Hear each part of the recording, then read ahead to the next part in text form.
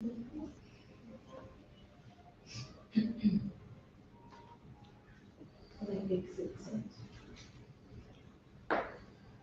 we are. Good evening. Welcome, everybody. We're very happy to be here tonight again for another Lankadex Spiritist group meeting. You can't see us, but we are here. And because we're going to be showing all the readings of tonight. So people from Facebook, from Instagram, whether you're watching now at night in Auckland, at least in Auckland it's night, other places might be other times, but if you're watching later, everybody's very welcome to be here. And we're going to start with our inspirational reading, which tonight is Help Yourself from Christian Agenda. So number 49, Help Yourself. Covet nothing belong to your neighbor, unless it be the excellent qualities that adorn his spirit. Do not let annoyances govern the helm of your destiny. Do not deliver the temple of your memory to bad impressions. Do not detract the spiritual aspects from your experiences. Do not forget that the higher ideal, which is the object of your admiration, should become manifest on your pathway. Do not be enslaved by evil. Meanwhile, do not shun the obligations of brotherhood towards those who have been attacked by evil. Do not put out the torch of faith during days of brightness, so as not to be deprived of light during the dark ones. Do not run away from the lessons to be learned along your evolutionary path, however difficult or painful they may be, so that later in life may open up sanctuary of wisdom to you. Do not neglect to find the time to cultivate what is beautiful, eternal, and good. Do not forget that justice establishes universal order, but there is only love which extends the work of God. Beautiful. So, music, please. So now, after this beautiful reading, let's do our initial prayer.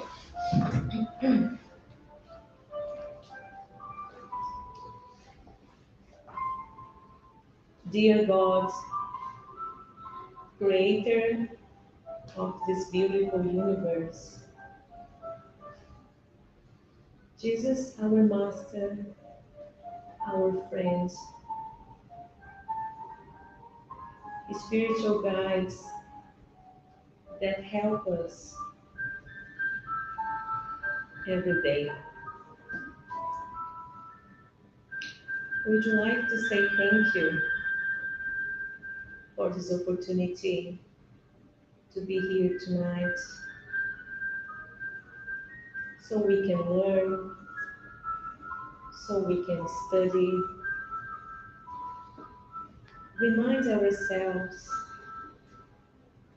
of the spiritual life, which is much bigger than our material life. That we can open our hearts, our minds, for the lessons that we're going to receive tonight. So we ask permission to start our meeting. Thank you. So be it.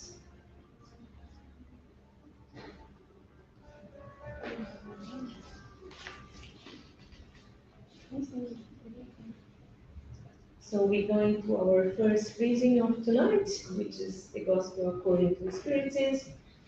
And we have, for those that have been here before, we have a famous question. Who was here last week? Who remembers what we studied last week? It's like a memory test, so people come every week, they will sometimes remember what was the lesson, sometimes not, but let's see, let's test the memories. Just as a background, we are studying chapter 19 from Gospel according to Spiritism, Faith Moves Mountains. So let's just find it there first. Sorry guys, I can't see. That's okay. That's the 19. Yes, that's the 19, and then it goes to 18. yeah. So keep going to the right. It's the second to last.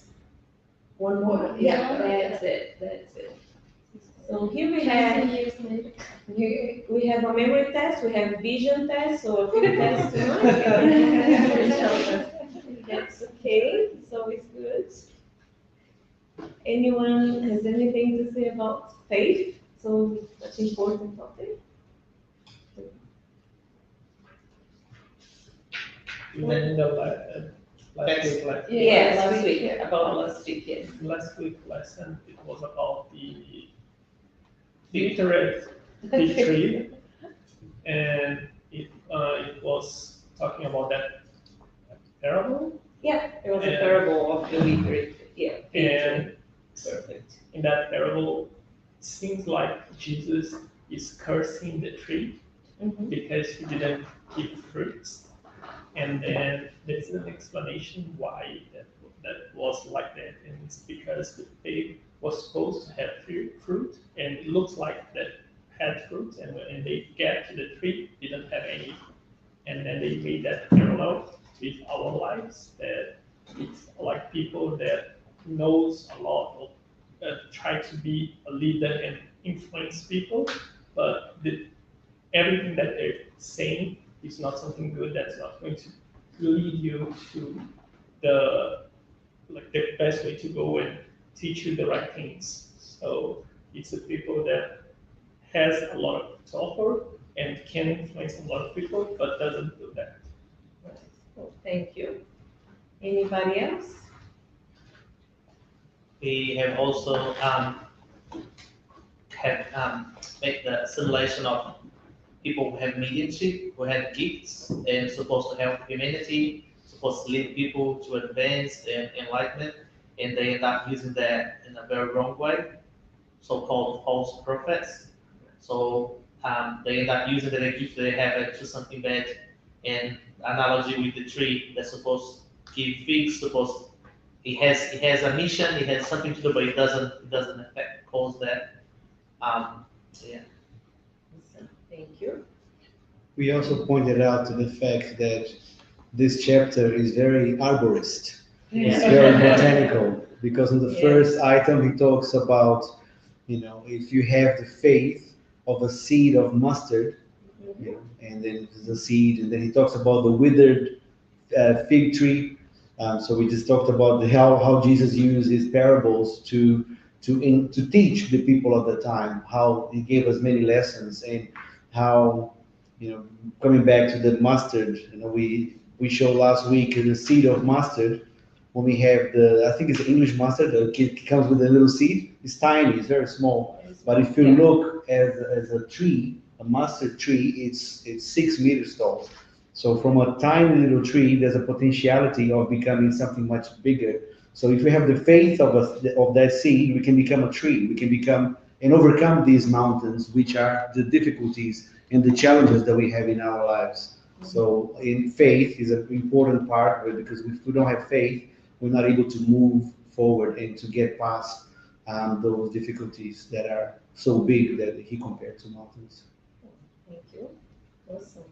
Thank you, guys. It's good to have some context and some background for those who are not here. But the chapter is all about faith, and something that we need every single day in our lives. Is something that we need more and more and cultivate. And we can't, I think it was a little bit before last week, the week before, that said that faith can't be prescribed. You can't go to the doctor and say, "Can I have some faith, please?" And I take it home, and then every day I'll have more. No, it's not. It's not external. It's internal. We need to cultivate. We need to every day grow it. Talking about trees, etc. And we have to water it. We have to look after, and then the faith will become stronger and stronger. And only depends on us. Doesn't depend on external. And so today we're going to be reading about the Spiritist teachings, continuing with faith.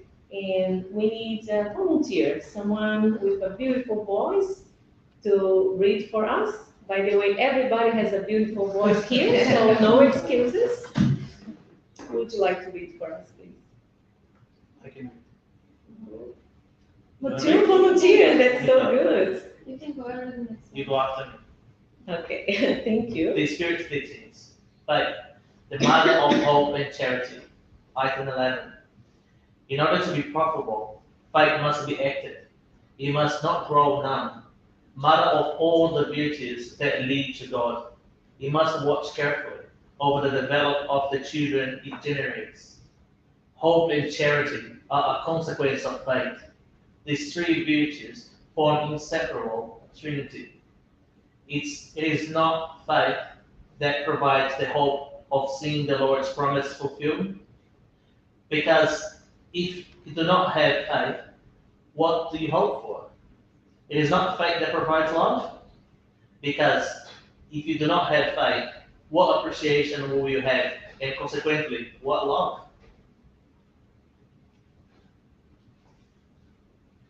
I think it's the other The way. other way. Oh, sorry. That's okay. That's all right. We all learn it. Yeah. Thank you. Faith, divine inspiration from God, awakes all the noble instincts that lead human towards the good. It is foundation of regeneration. This foundation must be strong and durable. For if the less doubt shakes it, what will become of the edifice that you build upon it? Therefore, construct the building upon unshakable foundations. Let your faith be strong, then that softens and ridicule of these believers. For faith that cannot stand up to human ridicule, it's not true faith. Sincere faith is alluring and contagious. It communicates itself to those who did not have it, or even would not desire to have it.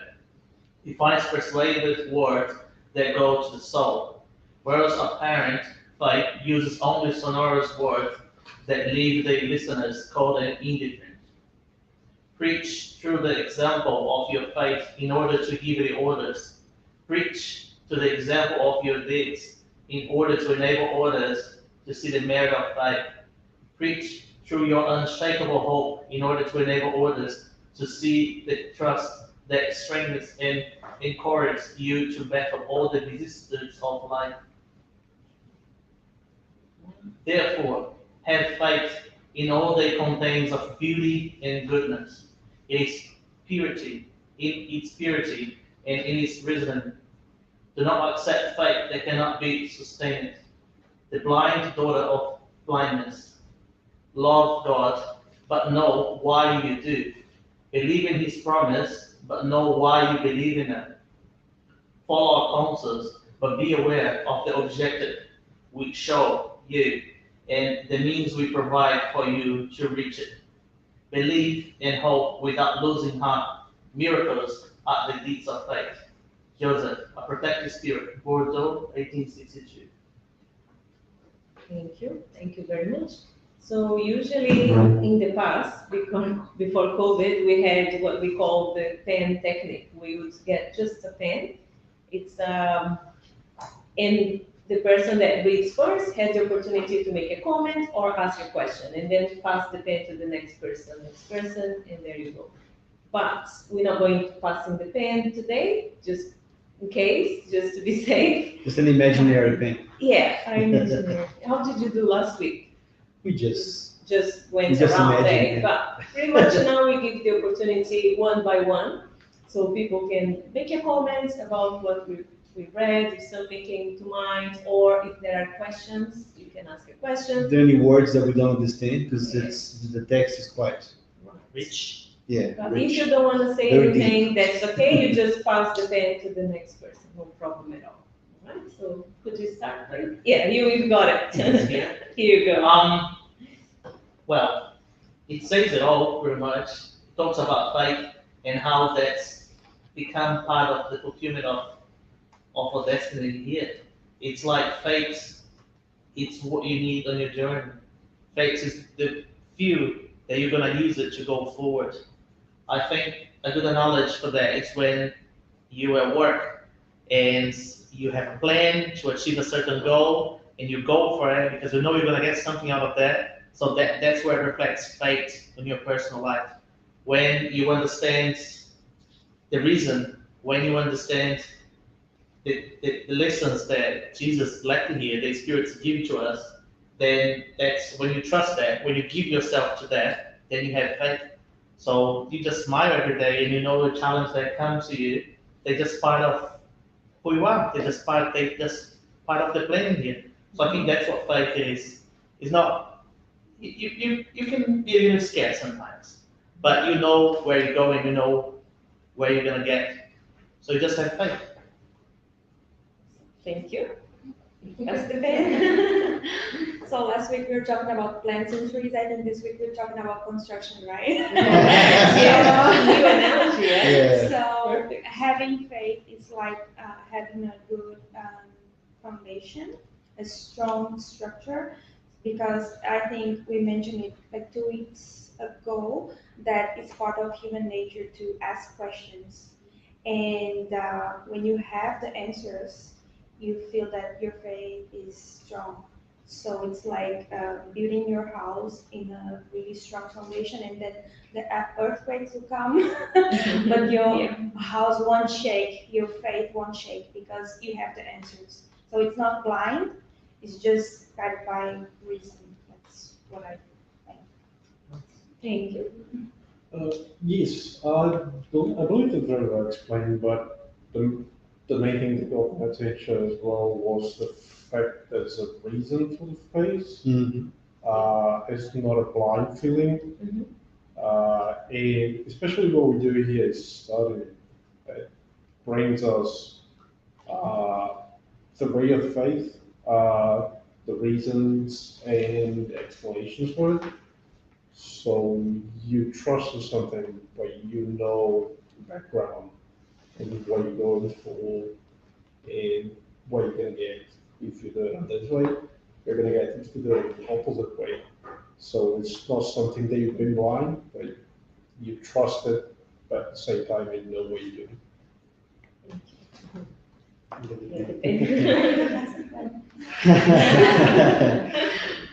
So yeah, it's very well pointed out what George was saying, that because one of the items of this chapter is that Allan Kardec, he differentiates the blind faith, the faith that you just believe because somebody told you, or because it's written somewhere, or because you don't even think about it, is a blind faith.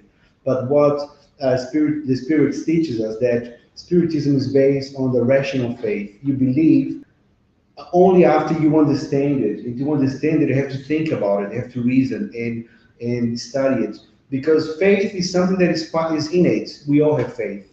It's like Alcione said before, it can't be prescribed. It wasn't right to say that it can't be prescribed, but I also mentioned that some people, because they have already gone through experiences in this past lives, in past reincarnations, they already have experience enough to have that strong foundation.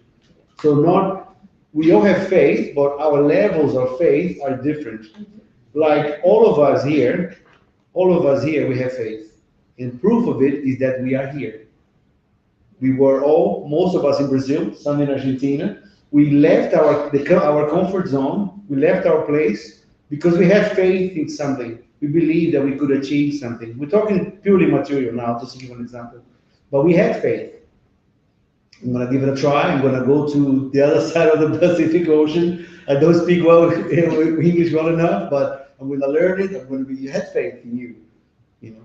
And so it is innate. But the trick is where you keep having that faith, overcoming those mountains, overcoming those difficulties that come. And the stronger that foundation, and the stronger your understanding of the reasons why it's good to have faith, the more you'll be able to use that faith to bear fruits. Once again, talking about plants, to bear fruits. Because it says faith is the mother, that's the beginning of that part. Faith is the mother of hope and charity. Because once you have faith, you understand, you have hope for better things, and you understand that without charity, there is no salvation. Or that without charity, without putting that faith to work, there will be useless. There will be any merit for that faith that you have. So no point for it. So it's very nice message that Joseph gives us on that last time. Welcome. Oh, come in.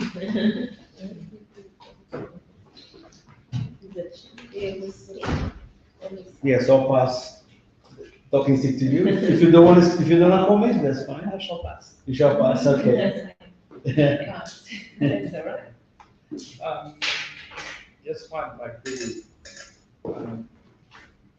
interesting part of like that says that I don't know, by my understanding was just like that your faith become more mature when you start to understand why you have faith, and not because like your parents got you to the church when you were younger, you had the obligation to do some things, you know, that's not bad, nothing bad about that. But when you start to realize that like you are here or you're doing something about like whatever you believe, it's because you feel that is when you become mature about your faith and works way better. Yeah.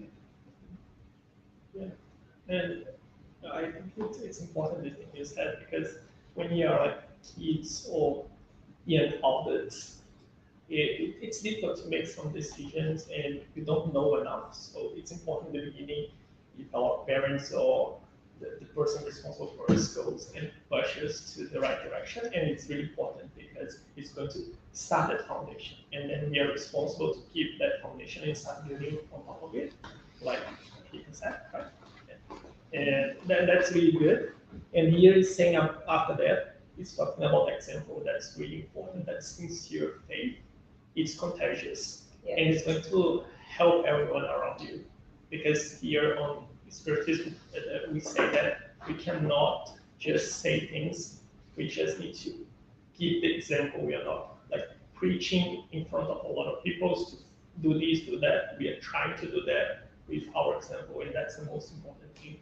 And here is saying that the example of faith, it's really, really important, and it's going to help everyone around you. Important part, Yeah. So I just said exactly what I was about to say. Oh, I was just Andrea, come on. How can you do that? Yeah. So I just think that it's really important that we can think about how we can exemplify what we know, because usually we don't have opportunity to show that now you need to exemplify that you have faith, now you need to show that you're good. So you need to just keep in mind that you need to have discipline to be like aligned with the thought, so then we can exemplify in a good way what we know and the faith that we have. Because it's really contagious to see someone that has faith and knows what they need to do and how to do it and help others. That is contagious. So that is a good example that we could follow. Thank you. I really like that first part on that slide where it says faith. Oh, I'm sorry. That's okay. Thank you. Faith, divine inspiration from God, awakens all the noble instincts that leads humans towards the good. So all these noble instincts, what are they? Our generosity, charity, kindness, forgiveness. So we do have them inside us. That's why, again, exemplifying why faith is the foundation, is the beginning, is the structure for it. So awaken those instincts. Also, is the consequence in the other part here, the mother of hope and charity. So it's kind of in the beginning of our process. We need to keep working on other things, but we always have to come back to faith in a way, to fortify it, to cultivate and make it stronger. Here you go. Thank you. It's really nice to see a large room full of people. It's been a while that faith has been shared this much, you know. So it's this is part of what makes faith stronger. That we have people to share with, and having this opportunity of sharing with people that we have common beliefs makes faith stronger. Not that we need the validation of other people, but going through this path alongside others makes it a bit easier, isn't it? So I think this is what builds the foundation, what makes the tree grow, what keep watering the plants is that we keep studying and talking about it, and not just reading and discussing, but trying to live also what we study here, right? So faith without work is dead, right? So we need to carry on working and living through what we study. And quite interesting that the first text that we read, so on the Christian agenda, also talked about, there was one part that I thought it was such a good analogy, that it was cultivate the light even during light times, because when the dark comes, the fire will be there to illuminate, right? So this is faith. We need to cultivate every day and carry on working every day, because when the darkness comes, the light will be there and we'll be prepared. Thank you. Awesome. Thank you, everybody. It was really good. Lots of good comments and stuff.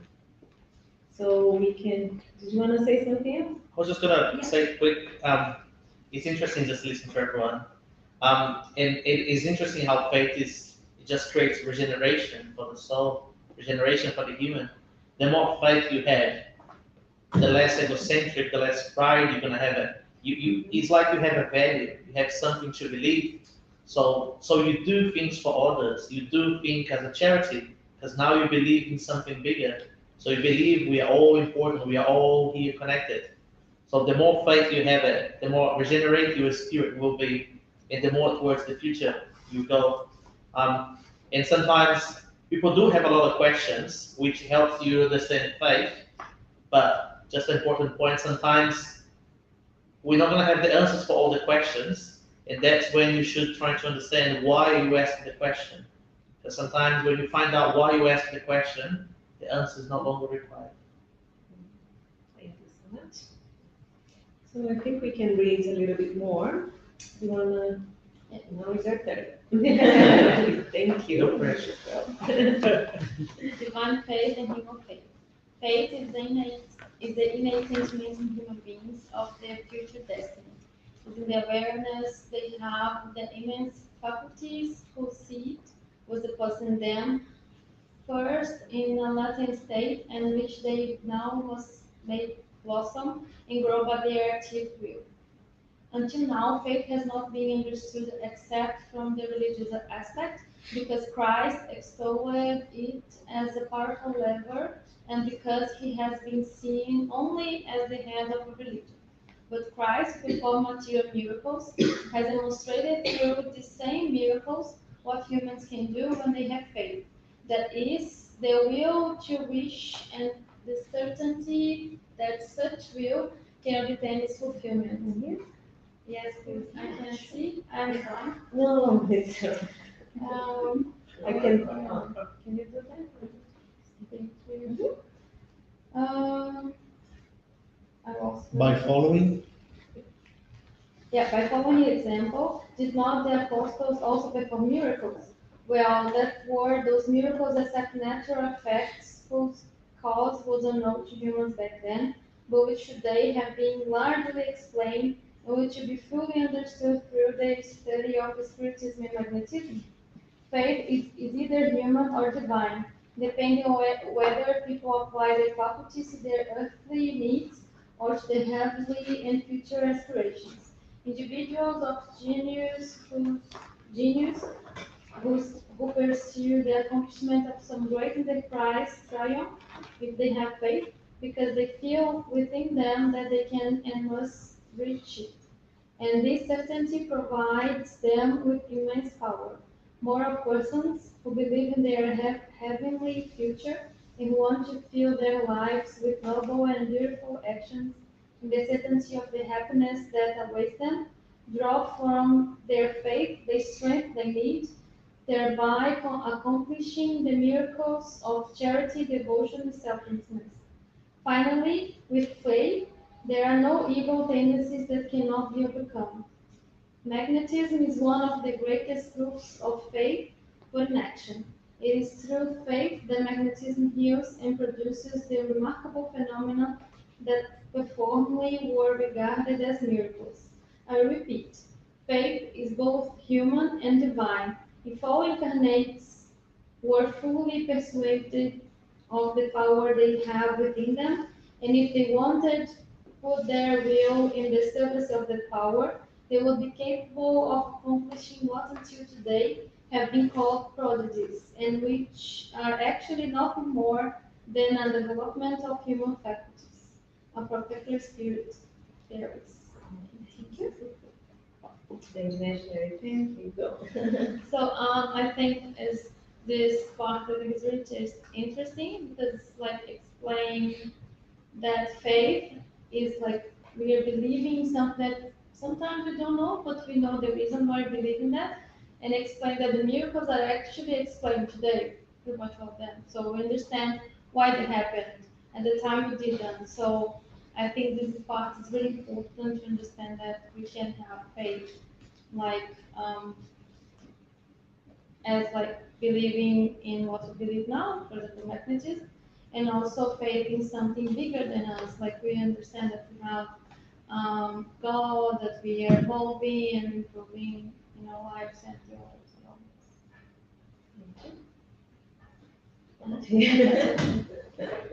Don't come and tell us that Barbara said what you want to say. Yeah, That she has been used tonight, so. I really like this part, especially when they bring Jesus.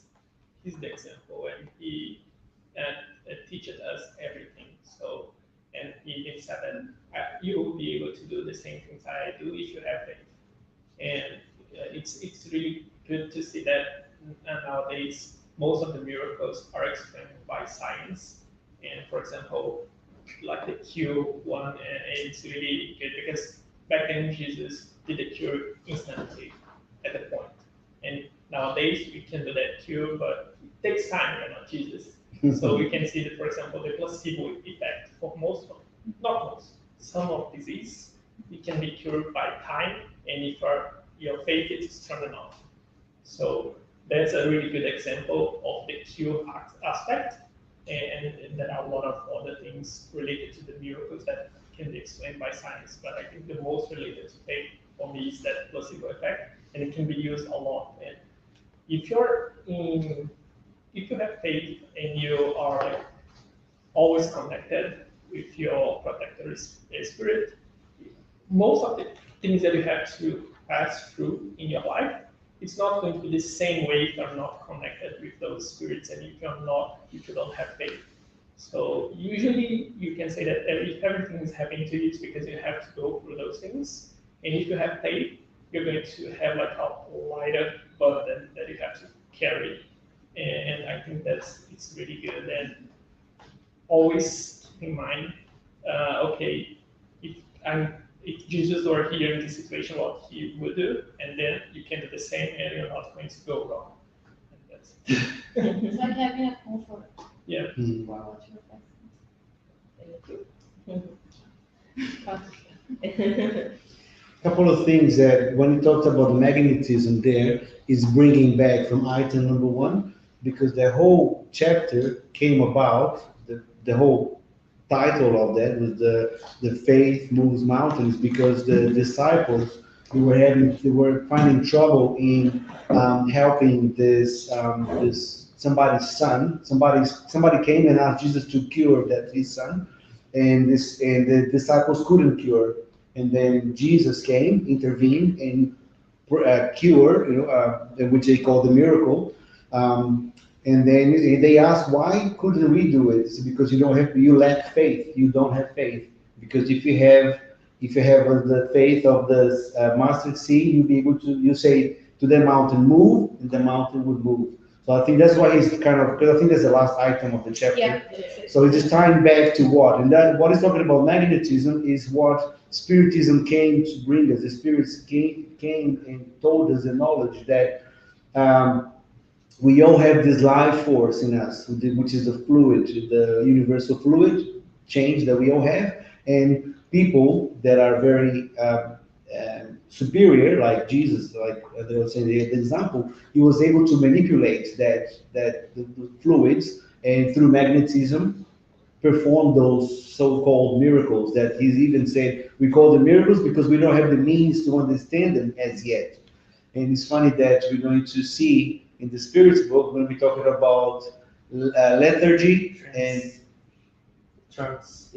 catalepsy, which is something that people believe that people were dead, like the resurrection of Lazarus. People believe that Lazarus was dead, but he was just lethargic. He was in a apparent death, and then Jesus, through his magnetism and his faith, in God and in his capability of performing that, he brought him back to life, as we understand. And something else that caught my attention is that I was watching a lecture some time ago, and the lecturer said this anecdote that everybody's on a plane, and then they're going through, the pilot says, ladies and gentlemen, we're going through a little bit of turbulence, and so please fasten your seatbelts. And the plane was shaking and stuff, and this little kid was sitting next to this kid was sitting, and the guy sitting next to him, and his mother sitting next to him. Oh my gosh, everybody's freaking out. And then the kid is sitting down. He's like, well, you're not afraid of the turbulence? No. Why not? My father is a pilot. So a lot of the times we are like that. We forget that God is the pilot of this very turbulent airplane we call planet Earth. We are going through a very high turbulence at the moment, but we forget that the pilot, which is taking this planet or this plane its course, is God. And Jesus is the co-pilot. So we forget because we get immersed in this vibration, in these bad feelings, and the news, and everybody in uncertainty. The lack of faith brings uncertainty. Oh, what's going to happen? Omicron now. Oh, the new variant's going to come, and oh, another booster, another vaccine. And people start to forget that we are in a course that we have to go through, and the pilot is God. So let's have faith in this pilot. Yes, just another thing that basically we're saying basically this article wraps up the whole chapter. But kind of stops with the last item when he talks about moving mountains and the power of the knowledge of the faith. And we can understand that Jesus, as a superior spirit, has the most knowledge on the face possible. And we, as a process to evolve, have a little knowledge and not enough to move the mountain, but studying and evolving, we see there's a way to it, to move the mountain. I like the first part when they mentioned the seed, that Jesus gave us a seed. And so we all have that seed that has the potential to become a 6-meter tree. Yeah. However, we need to water it, we need to fertilize it, we need to cultivate, give some attention. So we all have the potential to have great faith, but as Moni said, we are in different levels. And it's really interesting when they talk about human faith and divine faith, because sometimes I work in a hospital, and you can give the strongest painkiller to a patient, and he will look at you and say, this one won't work for me, and the patient was still in pain. And Wow. sometimes you come with some paracetamol and you tell the patient, look, this is pretty good stuff. And they're like, oh, as you said, the medication is really good, because he believes that the pain will just go away. So I think, of course, I do believe in science, and I do believe that the patients are in pain. But if you don't have the faith that the treatment is going to work, you won't get better. Yeah, that's been proved. That's the opposite of placebo. Is Yeah. the nocebo. Yeah. There's nocebo effect. Yeah, it's being proven that if you don't believe something's going to work for you, it's not going You to work. won't. Yeah. Our mind is so powerful. Yeah. More and more we find these out. And it is science too, right? We Yeah. know that it's proven that our mind is what runs the body. Instead helping you make it worse. Yeah. Yeah, I'm gonna have faith and come up with something to say because you guys said everything. I think faith is something that it has always been in us. You know, we all have to believe in ourselves.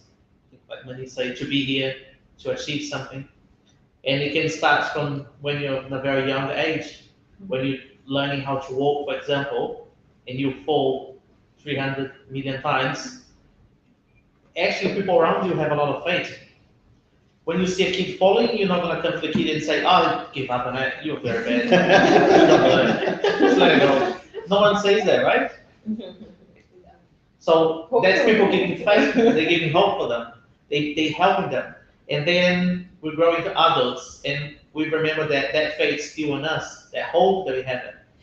Each one of us, you just have to believe in yourself. And that's something that's just called faith. It's just natural. If you think about the old, in the old age, thousands and thousands of years ago, where they believed that something exists, but they didn't know Spiritism, they didn't know the Bible, they didn't know anything. They just had faith that something believed. So it's natural, it's inside us. You just have to hear a little bit more from inside you, you know? It's that little quote, you live from the inside to the outside, not the outside to the inside.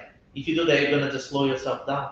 It's a little bit more having the divine faith than the little human or a materialist faith. The more you believe, the more you think there's something for you to go, it's always gonna work. It's always gonna go right.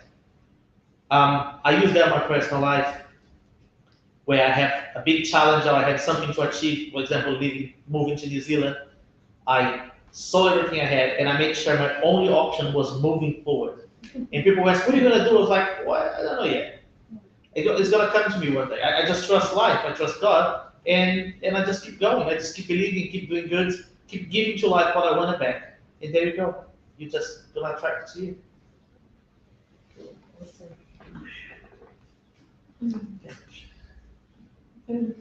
Yeah, I think it's really hard to find that balance in between sometimes, and I was thinking the same, like when we are children, it's much easier to believe that the plane's gonna be fine. Is there a lack of information because we don't know everything that could happen?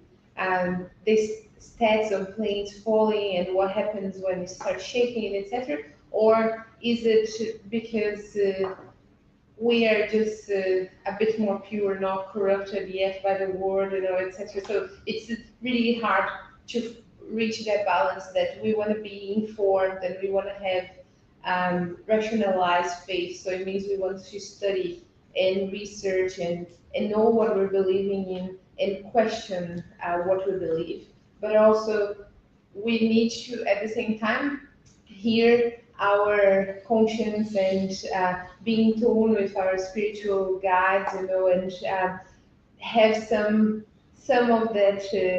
Don't lose the connection with our true self. So that's a really hard to achieve, a real hard balance to get. Especially now, I feel like we need to research and make decisions on vaccine and what we want to do, and then people go so crazy that they start reading everything, and it turns them into this arguing person that it just someone mentions vaccine, the person already jumps and starts talking about everything they read, or I don't believe in any of that. I'm not gonna have the vaccine. I'm gonna be fine because this is. I'll have faith and God's gonna save me. So where do you find the balance between those two? You know, it's really hard, and this is what we're here to learn. That faith comes from within, but we do need to do our part for it to be alive and living inside of us forever, right? And when I think about faith, like Jesus had or has for to perform those miracles, to actually manipulate matter here on earth, I think to me is a comparison between faith And you know, when we all know this confident person that we're like, oh, this is impossible to do, and the person goes, of course it is, and then they go and do it. And you're like, how did you do that? You're so confident. Like, I could never do it. I could never go in front of all these people and do what you did. The person just has the confidence. They know they can do it. So I think faith, obviously, without being so full of yourself, it's not that type of compression. But faith is knowing that you can. It's so deep inside of you that you have no doubt that can be done. This is Jesus and the miracles, right? He had no doubt. He didn't stop there and said, oh my God, I hope it works. There you go. And he just did it. He just knew. And one day we're going to reach this stage, but at the moment we are more like the doubtful friend, like, oh, I don't know how he does it. But we'll discover someday. Yeah, I find it really interesting what you just said, Carol, about that text, about the balance as well. Trying to find the balance about faith. So we know a little bit, we're learning about faith, still lots to learn, but sometimes people confuse that human faith in terms of, okay, I have faith that I'm going to win lotto. I have faith in God that's gonna happen. I'm sure that's gonna happen, but the real faith has to be on terms of the best for me is going to happen according to this pilot of which is God's. So we're very confused still. We're not sure exactly about our needs. What we need can be very different from what we want. So it's important, as it says here, to apply our faith in our projects. But sometimes it's not going to work out. Even when we really want that job, we do our best. Many times it's going to be a yes, but sometimes it's going to be a no, because for us at that moment, that job was not the best for us. And we don't know, sometimes we can't understand, because in this life and the little moments is just, as the analogy that sometimes we talk here, is only one episode of a big series of lots of episodes and seasons as well, so we can't understand. It's just a little moment, but what we believe would be the best for us is not always the best for us. So it's a balance. It's about us learning about the faith, always applying, always waiting and hoping for the best, but also always understand that God has the command. God has God, we say God, but we know the divine laws and the whole universe is controlling, it's reacting to everything that we do. So we're not always going to get everything that we want, because it's not the best for us, and it's not supposed to happen that way. But yeah, I think we could learn a little bit about faith. We should keep studying about it, trying to cultivate in us, making it stronger. Does anybody have any final comments about that lesson? Like how you guys mentioned science, to not jump out of the building, you cannot fly, gravity, disease. Right. Science is there. If you want a new job, study more for the job, have faith in science, it helps a lot. I agree, yeah, cool. So we finished the chapter about faith, and next week we're going to start, will be chapter 20, Workers of the Last Hour. So for those that want to listen at home, we can start at home. So now we're going to study the spiritual 21. Right.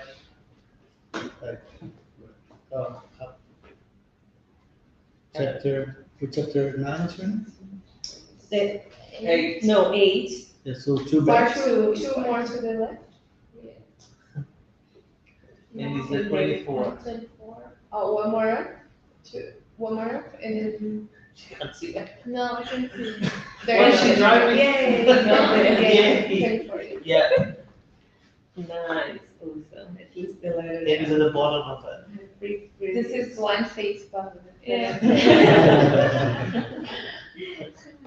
So in this Spirit's book, we're studying the chapter 8, the Emancipation of the Soul. So we already studied a bit about sleep and dreams, visit between the spirits of living persons, the concealed transmissions of thoughts, and today, lethargy, catalepsy, and apparent death.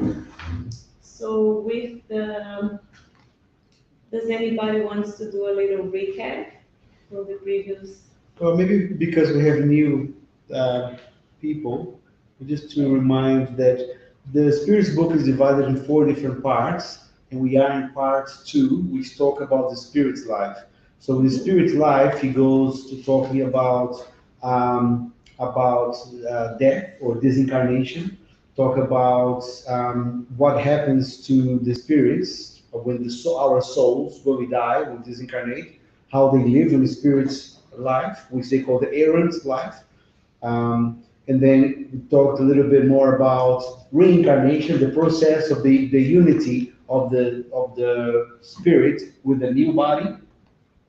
And now we're talking about the emancipation of the soul, which is emancipation, same idea of the emancipation of the women and of the less privileged. So it's a little bit of a temporary freedom.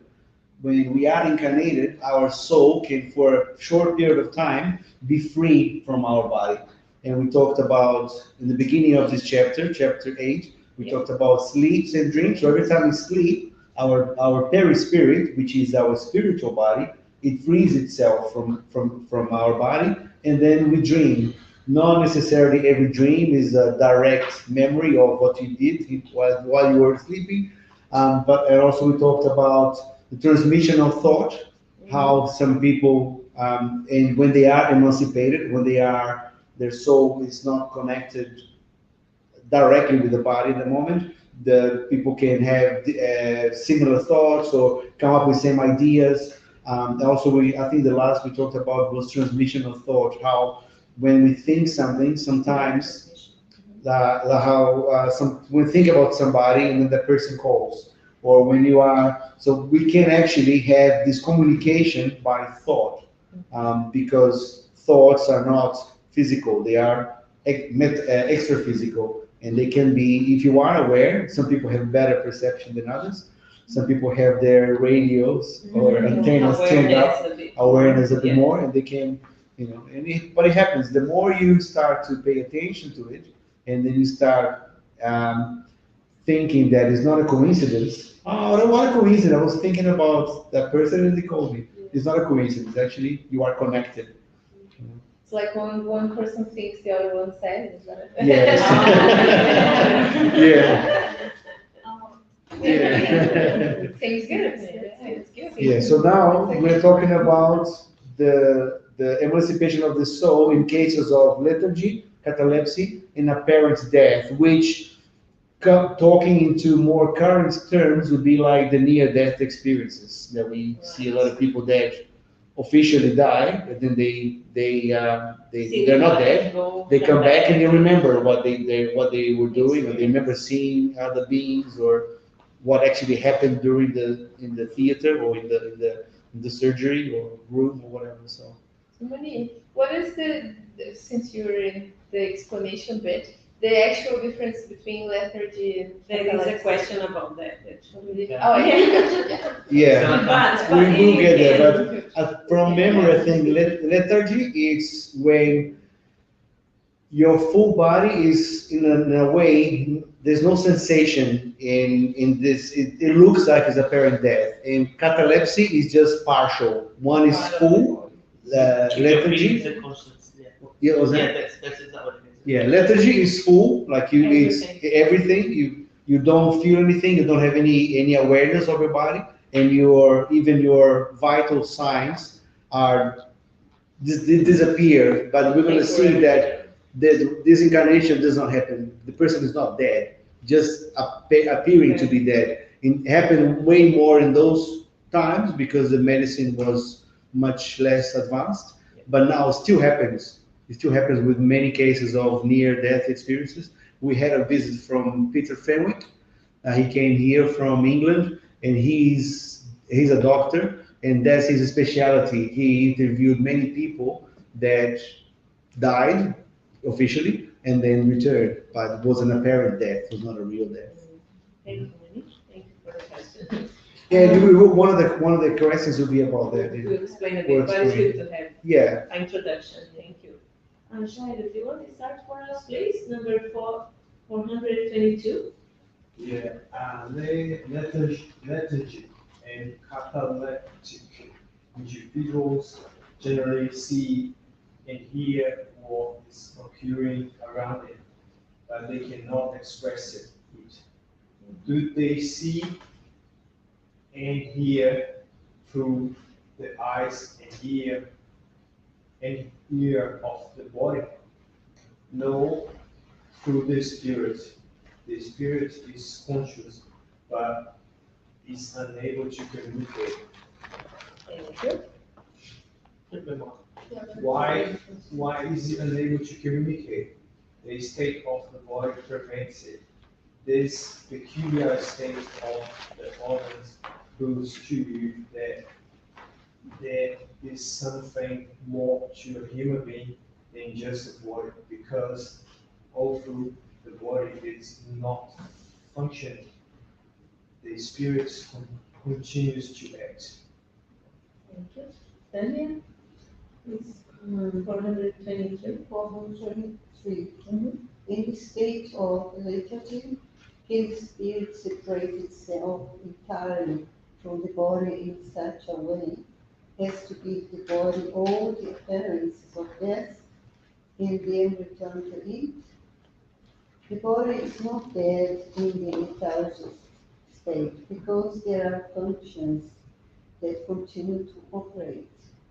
Vitality remains in a latent state, like in a chrysalis, but it's not extinguished.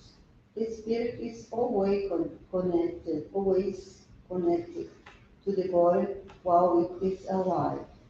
But once the ties are broken by a real death and by the decomposition of the organs, the separation is completed and the spirit no longer returns.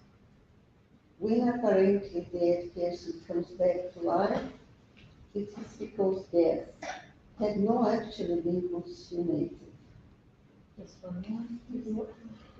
Through care given in time, can one strengthen the ties that are about to break and bring back to life a being who, without such attention, would definitely die? Yes, of course. You have evidence of this every day. In such cases, magnetism is often a powerful means because it gives the body the vital fluid needed to keep its organs functioning. Lethargy and catalepsy have the same principle, which is a temporary loss of sensitivity and motion due to an as yet unexplained psychological cause. Physiological. Oh, physiological, sorry. I'm studying so much. Yeah. Yeah. They differ from each other in that. In lethargy, the suspension of the vital forces is generalized and gives the body all the appearances of death, while in catalepsy, it is localized and can affect a larger or a smaller portion of the body, so as to leave the intelligence free to express itself, a fact that would not permit it to be confused with death. Lethargy is always natural. Catalepsy is sometimes spontaneous, but it may also be artificially induced. And, sorry, there was just the end of the sentence at the bottom. Artificially induced and Here. Can you read from the book? And undone by magnetic. Magnetism, Yeah. Because we have that little Yeah, menu at the bottom. Yeah, so that's explanation. Lethargy is full and catalepsy is partial. And lethargy, what does the practice say? So while catalepsy is localized in a portion of the body, lethargy is always natural and catalepsy is sometimes spontaneous, but it may also be artificially induced. So yeah, it's quite different.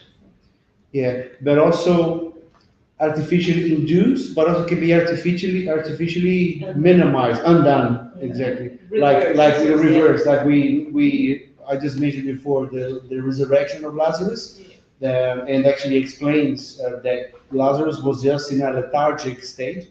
Everybody thought he was dead, and then Jesus just applied what he's talking about, the vital fluid needed, very pure vital fluid from Jesus that kept his organs alive. And sorry, I don't have a pen, but I'm just already talking. Sorry, you go. I passed my pen to you. No, you can. You guys Do you can have start any having comments? comments. Oh, no, I think that's it. I think it's quite good. I asked the question first because I find it interesting that we can read the same thing over and over, and there's always something new, right? Yes. So I'm sure we read this before, and every time I stop to read about it, I'm like, oh, but what is actually the difference between the two? Because it's not something we see a lot nowadays. It's quite hard to remember what exactly the concept is between the two things. Has anybody heard that term? If somebody saying, "Oh, I feel so lethargic today." That's what I was gonna say. So when I think So like I'm about so lethargy, tired that I'm dead. Like yeah. it's so over the top. Hey, oh, I feel lethargic. Like so, are you dead? But even Come on, Lazarus, get up and walk. it's already became like we're all talking. I was gonna say that, but it actually became the definition of lethargy also changed because now the dictionary also says lethargic is like feeling really tired. And, so that's why it just gets more and more confusing. Yeah. Do you want to say something?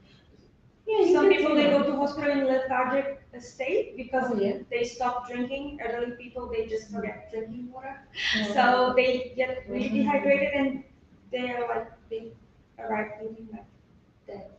And we just give them some fluids and they Just some fluids. Some literal physical fluids. And some water. It's good to mention also that epilepsy is different than epilepsy, which is probably something that you get before. That can also, epilepsy, schizophrenia, and other conditions can also happen to someone during the stage of lethargic or catalepsy. Not to go too deep on that, but it can get much worse. Let's just pass the imaginary pen around and let's see. I really like this part because it's explaining a lot of things that we usually don't discuss. And for me, the most curious thing is about the two first lines that are there, saying that if someone came back, that person didn't die. So I think that's really important from the spirit side of the thing. So the food is still there, the person is still connected to the body, even though it's not showing any signs of life. So I think that's really interesting. Yeah, and it's explaining that it's like when we are sleeping, our spirit has all the characteristics, can do everything that they are supposed to do if they are just sleeping. So it's just the body that's on that state. So that's why when they come back, sometimes they can remember those things because they are alive at that stage and they can see everything and probably they are around the body. Like when you said that they can see the operation room when doing the surgery on themselves, that should be really strange to think about that. But yeah, it's possible to happen. From the top. Yeah, from the top, usually, yeah. But most of us forget things always.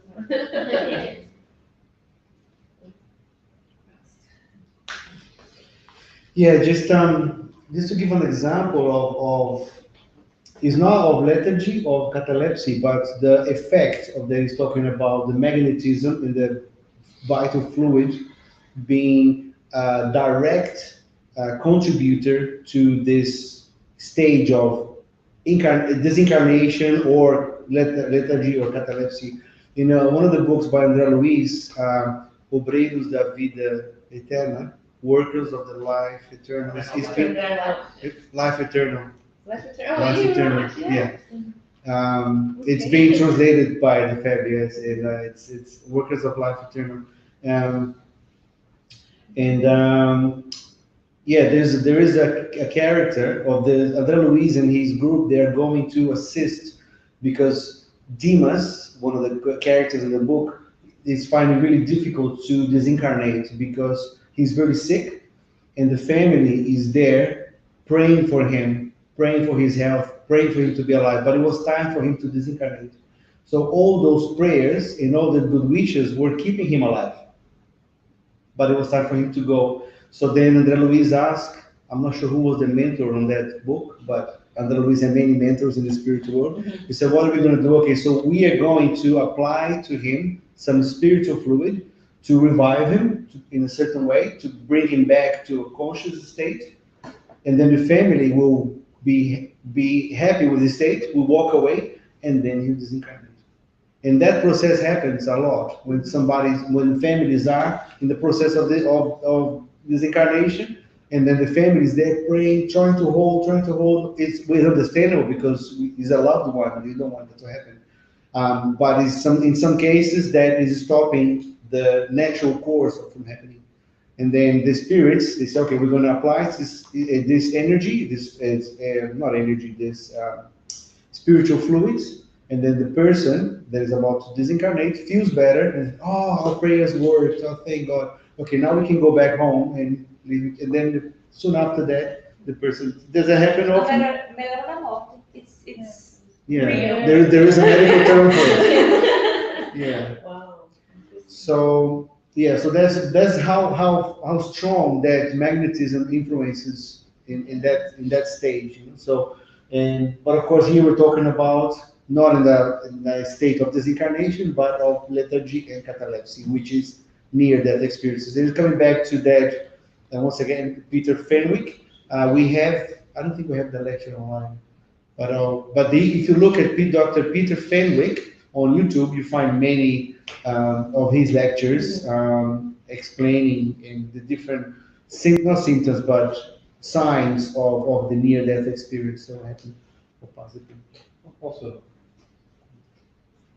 That's also a really good documentary on Netflix called Surviving Death. It's 6 episodes, and they talk. I think the first episode, I think they call NDE, near death experience. Peter Fenwick. Yeah, he's in there. He's in there. And that's some people that has been studying the brain and the consciousness for over 60, 50 years, and they're just pure scientists. And it's funny because when they ask questions like that, they say, well, I cannot prove that God exists, but I can also not prove that don't because of this. So yeah, it's really interesting. And yeah, it's just, when you say how many times that actually happen, when someone is, not conscious anymore, and then suddenly just come back, or when the people around, they say, oh, just say your farewell, say your goodbyes, and then suddenly the person just go. So it's really interesting. I think another interesting thing, I don't know if everyone knows, is like, we keep mentioning about spirit and soul, we keep mentioning those two at the same time. So we are always spirits here, but because we have an incarnated body, we have souls. And once we disconnect from that, when we die, and then we're just gonna be spirit, just in case. Thank you. Awesome. Jair? Yeah, good. Awesome. We also reached our time, but there is a chance for last comments. If anybody just remembers something or wanna say, or any questions, we still have a minute or two. Good? Everybody good? Awesome. Thank you everybody for the reading, the beautiful voices, for the comments, for the good energy, for the thoughts and vibration. Everybody contributes positively for the meeting. And so we're going to do our vibration and final prayer as well. And music, please.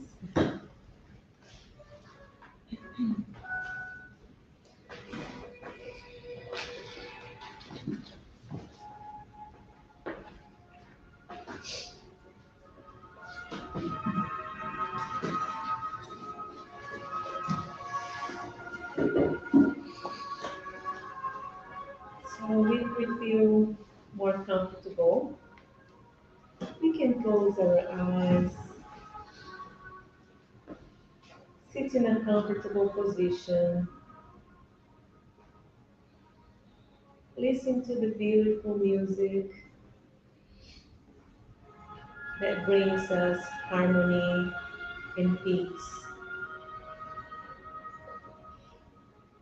Let's then unite our thoughts, our feelings of love and charity. Let's together vibrate for our beautiful planet Earth. Let's embrace our planet with fluids, with vibrations of peace, of understanding between nations, sending lots of harmony. Let's also especially vibrate to those countries where conflicts still exist between nations, between countries or cities. Sending a little bit of hope to people that are there and maybe don't believe anymore in a better future, in new opportunities. Let's also send our kindness and our love to those that are feeling unwell in a hospital or at home, to the family that lost the loved ones, maybe by COVID in this pandemic time, maybe for other reasons, that they can receive comfort, and they can know that it's only a different stage, that the reunion will happen because love is eternal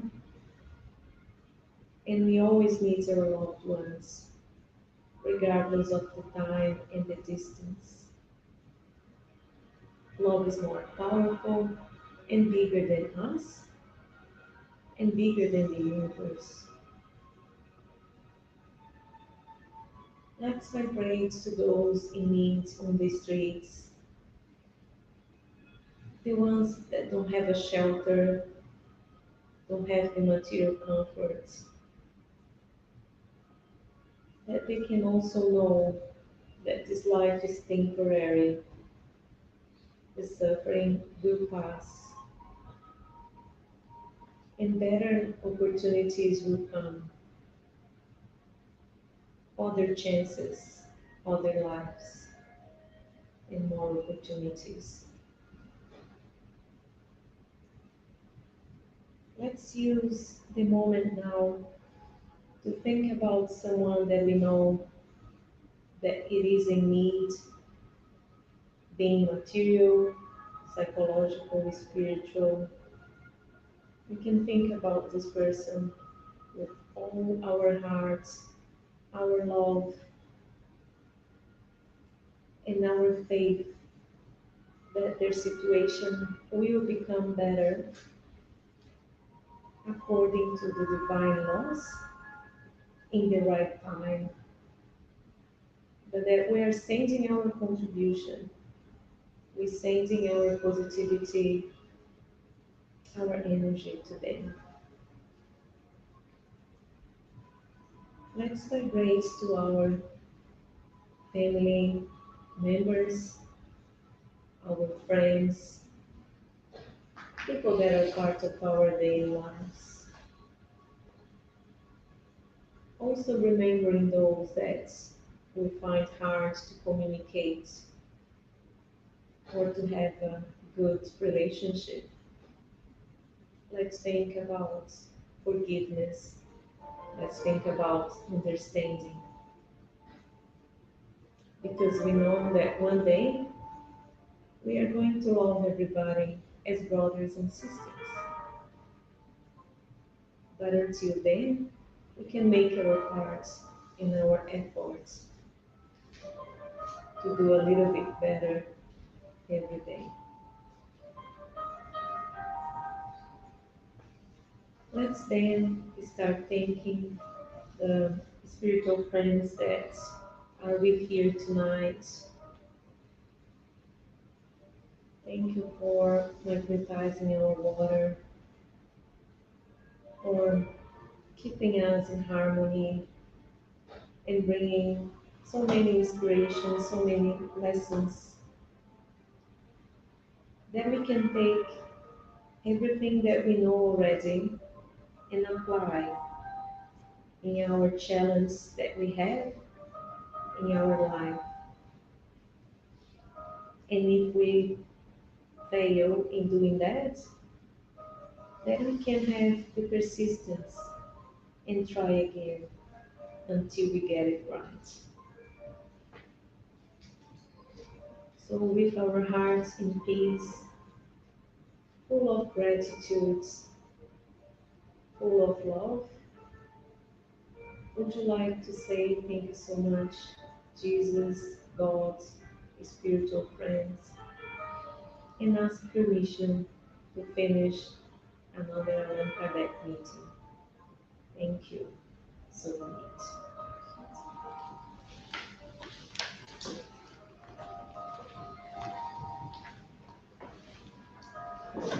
So thank you everybody for being here.